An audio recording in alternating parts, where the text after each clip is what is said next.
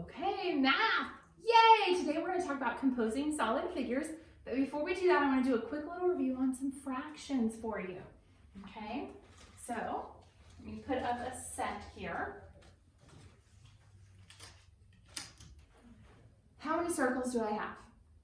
Right, I have 4. So that would be my whole, right? My whole set is 4 circles. How many of my circles are blue? 1. Very good. So that would be 1 of my 4 circles is blue. So 1 part of my whole is blue. So that's 1/4 as a fraction, right? Okay, very good. Now let's try it. Let's try another one.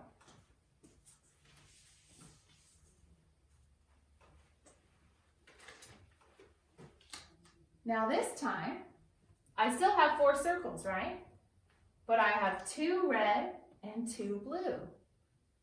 So I could write that, right, as 2 of the 4, or 2/4 are blue.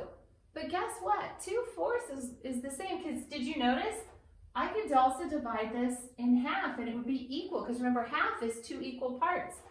There's 2 blue and 2 red. So it's also 1/2 of my whole is blue. You guys remember that? Okay, very good. So quick little review on fractions for you.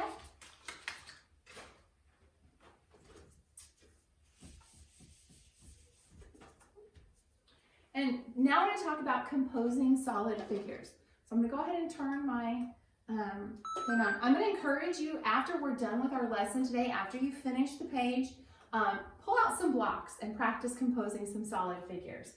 Right now, take out your math page and take out page 257.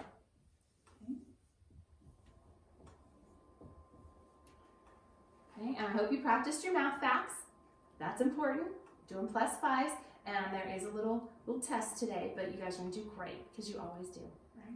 Okay, so page 257, and what's the first thing we always do with every paper? Write our name. Very good.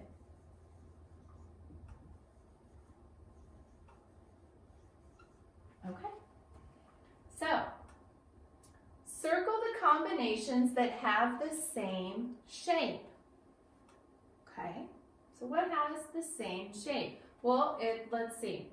This one has a rectangular prism with a cube. Oh, this one has a rectangular prism and a cube off to the side. So it kind of makes an L shape. That kind of makes an L shape. What about this one? Rectangular prism with the cube stacked so that it on top. So that kind of makes an L shape.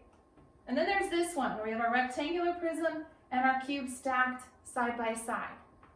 Which ones are the same? Very good. It would be these where our cube is stacked on top to the side kind of our rectangular prism. It kind of makes those L shapes. Very good. All right, number 2, same thing. We want to circle combinations that have the same shape. So here we go. So here we have 2 rectangular prisms, and they kind of make that big rectangle there, or that big square. Here we have 1, 2, 3, 4 cubes, and they make a really big square. Here we have a rectangular prism and a cube, and so that kind of makes almost that little L shape, right? Just kind of a funky L on its side.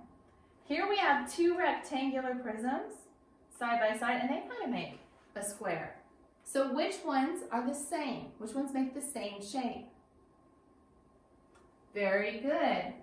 Our big squares are the same shape. And you notice there's a couple different ways we made that shape, right? Rectangular prisms stacked on top of each other, rectangular prisms side by side, and 4 cubes all stacked together.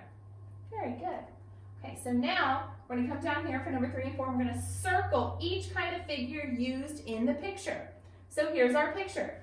See, they took a cylinder and they stacked a cone on top. So we need to circle our cylinder and our cone.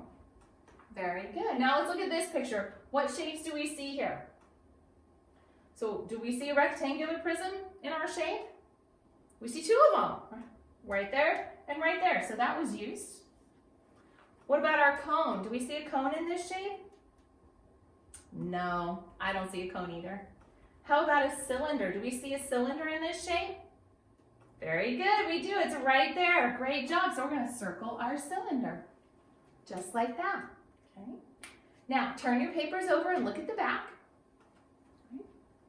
Turn them over, look at the back. Good.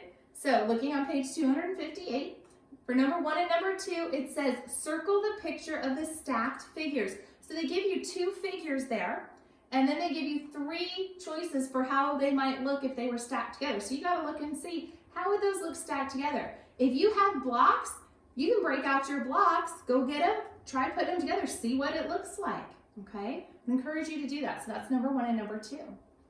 For number 3 and number 4, you're going to put an X on the object, right? You're going to put an X.